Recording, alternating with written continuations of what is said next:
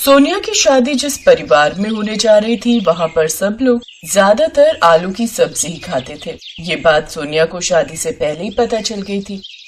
क्या तुम्हारे घर आलू की सब्जी के अलावा कोई सब्जी नहीं बनती?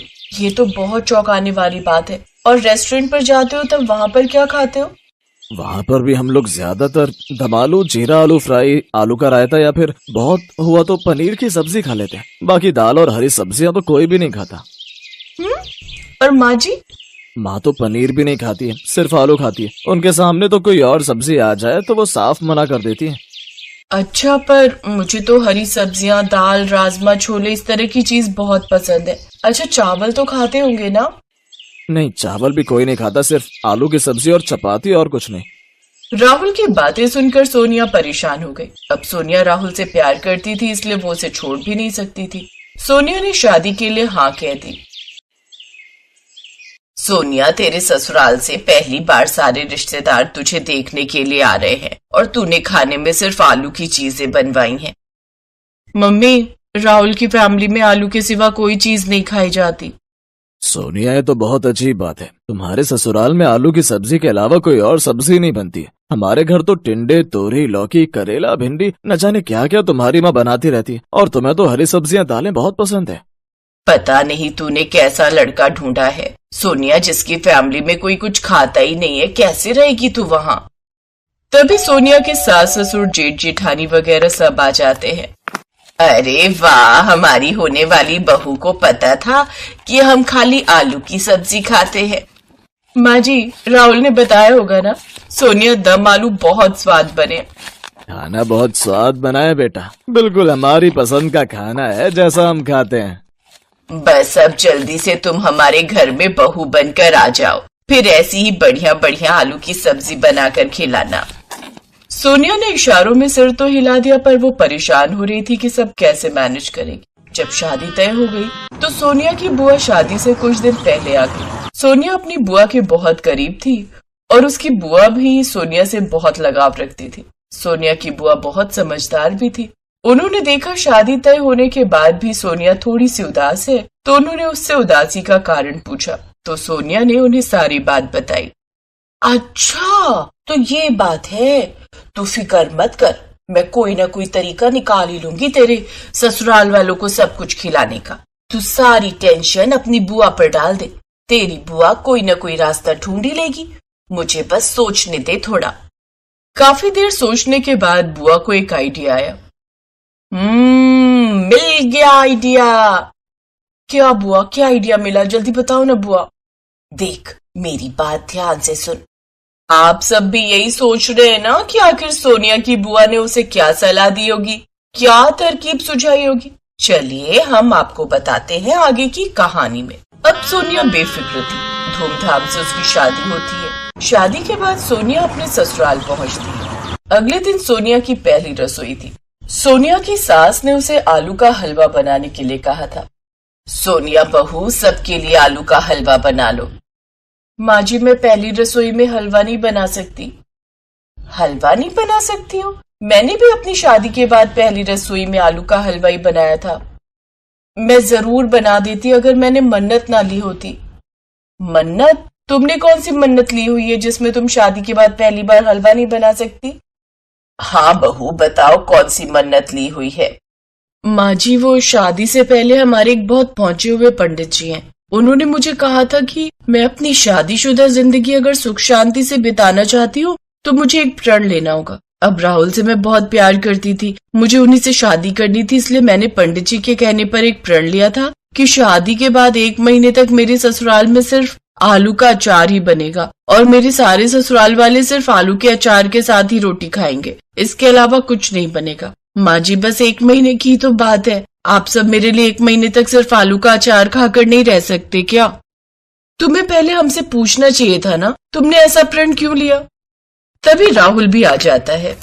भाभी, मैंने सोनिया को मना किया है कि इस बारे में वो किसी को न बताए, क्योंकि आप सब शादी से पहले ये बात नहीं मानते और हम दोनों की शादी रह जाती। अब आप सब सोनिया की तरह थोड़ी हो। सोनिया ने तो हमारी हर बात को माना है। हमारे यहाँ सिर्फ आलू की सब्जी बनती है और कुछ नहीं। सोनिया फिर भी मेरे से शादी के लिए मान गई। ये बात तो है, सोनिया ने हमारी बात को माना, अब हमें उसकी बात माननी चाहिए। अब अगले 1 महीने तक घर में सिर्फ आलू का अचार बनेगा। हम सब उसी के साथ रोटी खाया करेंगे। बहू, तुमने जो प्रण किया है उसे पूरा करने में हम सब तुम्हारा साथ देंगे। पर माँ जी। परवर कुछ नहीं बहू, तुम बड़ी समझदार हो। सोनिया ने जो मन्नत ली है उसे पूरा करने में उसका साथ दो। ये इस परिवार की सुख शांति के लिए हो रहा है। सोनिया बहू, तुम आलू का अचार बना लो, हम उसी के साथ आज रोटी खाएंगे। सोनिया की तरकीब काम कर गई। उसकी बुआ ने जैसा सिखाया था उसने वैसा ही किया। सोनिया ने सबके लिए आलू का अचार बनाया और साथ में पराठे। पहला दिन था। सबको आलू के अचार के साथ पराठे बहुत अच्छे लगे।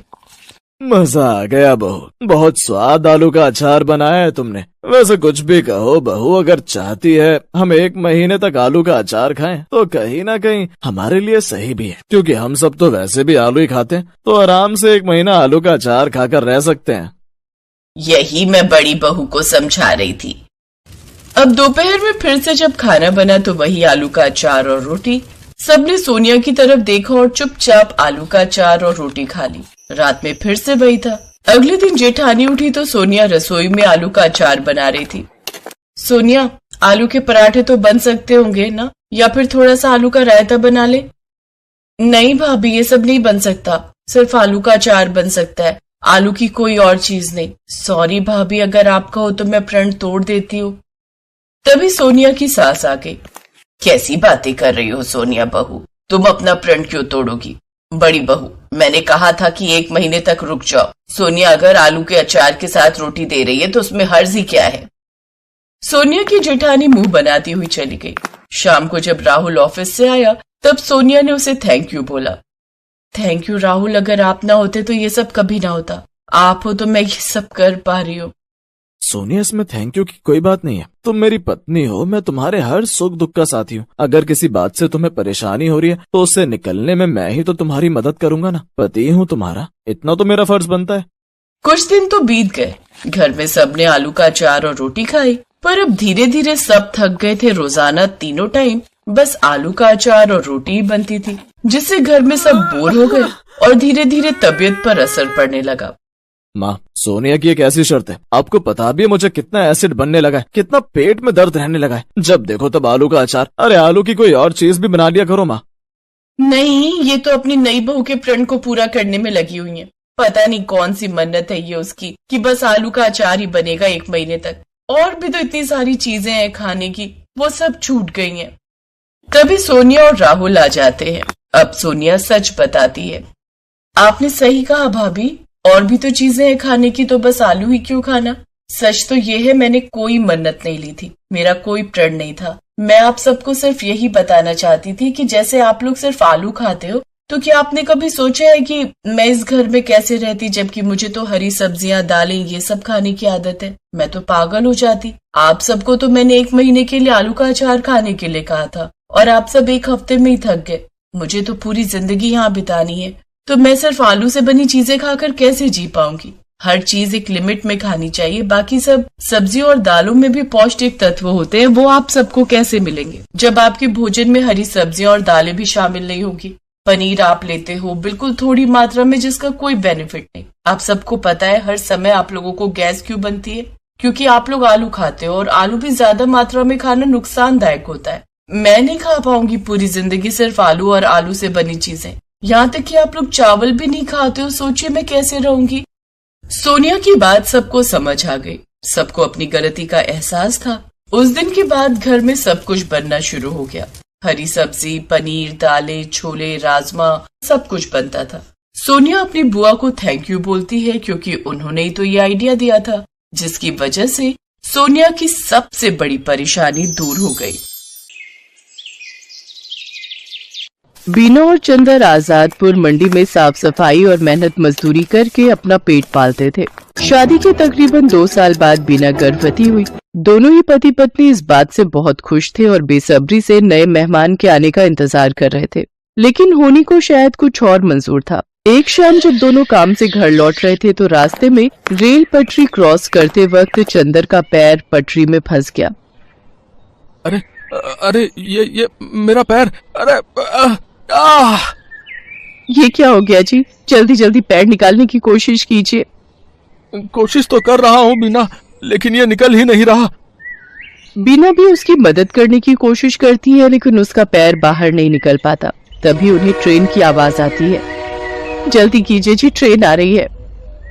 बीना, मुझे लगता है कि मेरा जाने का वक्त आ गया। तुम जाओ यहाँ से और अपना और मेरे बच्चे का ध्यान रखना। मुझे भागे को अपने बच्चे का मुंह देखे बिना ही इस दुनिया से जाना होगा। नहीं, ऐसा मत कहिए जी, मैं आपके बिना कैसे रह पाऊंगी। मैं भी आपके साथ इसी पटरी पर अपनी जान दे दूंगी। नहीं, हमारे बच्चे के लिए तुम्हें जीना होगा बीना। अब जाओ यहाँ से, तुम्हें हमारे होने वाले बच्चे की कसम। जैसे ही बीना पटरी से दूर जाती है, तभी ट्रेन आकर विनोद को पल भर में ही काट देती है। बीना की आंखों के सामने उसके पति की मौत हो जाती है। एक ही पल में उसकी हंसती खेलती दुनिया उजड़ जाती है और वो एक विधवा बन जाती है। चंदर के जाने के बाद बीना बिल्कुल अकेली हो चुकी थी। अब वो अकेली ही मंडी जाती और मेहनत मजदूरी करती और उससे जो कमाई होती उससे अपना पेट भरने लगती है। एक दिन बीना घनश्याम को कुछ प्याज फेंकते हुए देख रही थी। अरे घनश्याम भैया, ये आप क्या कर रहे हैं? कुछ नहीं बहन, जो प्याज खराब हो गए हैं उन्हें अलग करके फेंक रहा हूँ।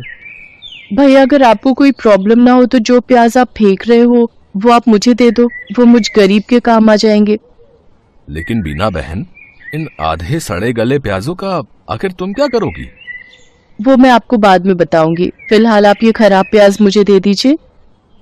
ठीक है बहन, ले जाओ। वैसे भी ये मेरे किसी काम के नहीं। इसके बाद बीना उन खराब प्याजों को एक थैले में भर लेती है और शाम को अपने साथ घर ले आती है और उसमें से थोड़े ठीक प्याजों को अलग करके रख लेती है और जिनकी हालत ज्यादा ही खराब थी उन्हें अपने घर के बाहर बनी क्यारी में बो देती है। अगले दिन सुबह काम पर जाने से पहले बीना साफ छाटे हुए प्याजों को काटकर आटे में मिलाती है और साथ ही नमक, हरी मिर्च और अजवाइन डालकर उस आटे को गूंथ लेती है। खुद नाश्ता करके वो कुछ पराठे घनश्याम के लिए भी पैक करके ले जाती है। ये लो घनश्याम भैया, आपसे जो कल प्याज लेकर गई थी उनसे मैंने प्याज के पराठे बनाए हैं, जरा आप भी चख कर देखो। रोज दाल चावल खाकर आप बोर हो गए होंगे ना? बीना बहन, हम गरीबों के नसीब में तो दाल चावल और सूखी रोटी ही होती है, भला उससे भी क्या नाराज होना। अच्छा लाओ, तुम इतने प्यार से प्याज के पराठे बनाकर लाई हो तो खाकर देखता हूँ। घनश्याम को बीना के हाथ के बने प्याज के पराठे बहुत पसंद आते हैं। ऐसे ही कुछ समय बीत जाता है। बीना को अब 7वां महीना लग गया था, जिस वजह से वो मजदूरी नहीं कर पा रही थी, जिस वजह से उसके घर खाने पीने की तंगी हो गई थी। ऐसे ही एक रोज जब वो खाना बनाने जाती है तो देखती है कि राशन के सभी डिब्बे खाली हैं। हे भगवान, एक बार को मैं तो भूखी रह लूंगी, लेकिन मेरे अंदर पल रही ये नन्ही जान कैसे भूखी रहेगी? इस हालत में तो कोई मुझे काम भी नहीं दे रहा, अब क्या करूं? हाँ, याद आया, अपनी जमीन में थोड़े प्याज उगाए थे ना, क्यों ना उनको निकाल लूं, वो अब पूरी तरह पक गए होंगे। बीना उन प्याजों को निकालती है और पड़ोस से थोड़ा आटा उधार मांग कर ले आती है। उसके बाद स्वादिष्ट प्याज के पराठे बनाती है।